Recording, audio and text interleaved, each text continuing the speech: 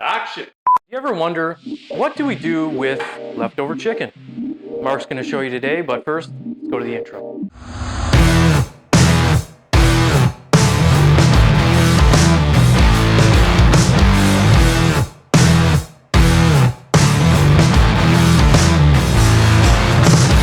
I'm super excited about today's episode. We've got fermented dough that's been sitting in the fridge for 2 days, doing its thing. Science, people, it's science.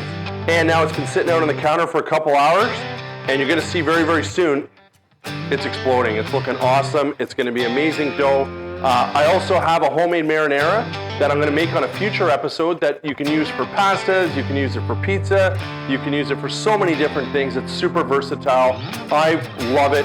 My family loves it. We're gonna use that as our pizza sauce today. Gonna use some bocconcini, cut those up, put them over the pizza. Used our leftover chicken that we grilled, which you saw in the last episode, hopefully you watched it. And we're gonna make an awesome pie in the oven on baking steel. All right, here we go. Don't forget to subscribe so you can check out a future episode. We are gonna make this fermented dough, walk you through step by step exactly how you make it and give you an ingredient list and show you how to make this at home yourself. I'm gonna grab a little bit of flour here just to kind of dust my hands, I guess, and a little bit on parchment paper. You can see this beautiful dough here. We're just gonna gently,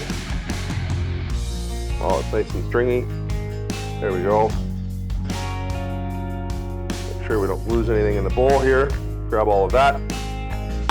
Put that aside. We're just gonna gently kind of work the dough.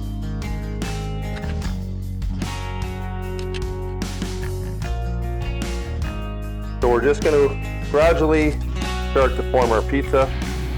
Takes a little bit of practice, a little bit of time. There's no rush.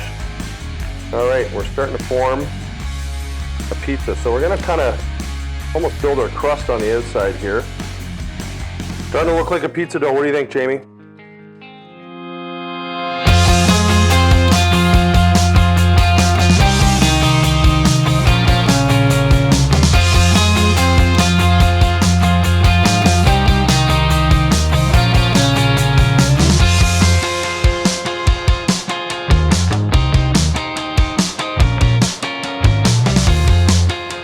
Time to build our pizza.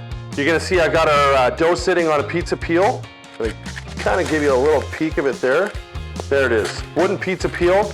Bought it on Amazon. The link is gonna be in the description below. So my pizza steel's been sitting in the oven for an hour at 500 degrees. So now we're gonna build our pizza. So you can see here we got our pretty basic ingredients for a pretty basic pizza. We got our homemade pizza sauce here. We got some cut up bocconcini, some bacon crumble, some red onion, and some grilled chicken that we would have cooked on our last episode. So we're just gonna take a ladle here, and we're gonna get a nice ladle of pizza marinara. So what I do is I warm this up gently on the stove. You don't want it to be so hot that all of a sudden it hits your dough and starts to cook it. You definitely don't want that.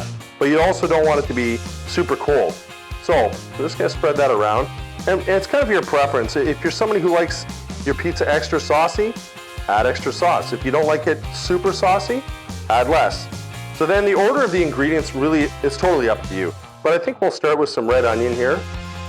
And we're just gonna kind of toss it around, nothing too specific. And then we're gonna move into some beautiful chicken. Next, hit it with some bocconcini. So just randomly placing this. And again, it's totally preference. If you like your pizza super cheesy, add more cheese. And you don't necessarily have to use bocconcini. You can use fresh mozzarella if you're lucky enough to come across some where you live, or just regular block cheese. Whatever you have access to and whatever your preference is, works totally fine. And we're gonna finish this off here with some really nice bacon crumble.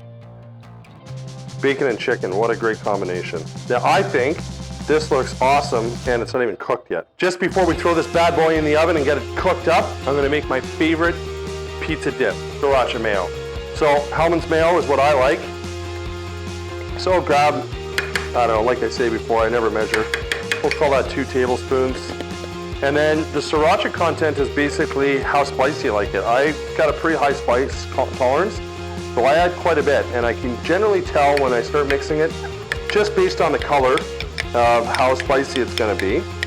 Now you can also add a little bit of cumin if you want to this as well, or paprika if you want kind of a more smoky kind of dip. I'll finish stirring this up, and let's get that pizza in the oven.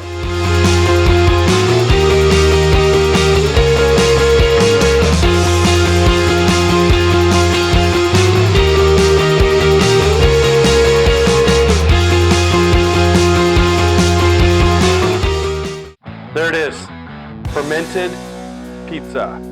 Leftover barbecue chicken, bacon, red onion.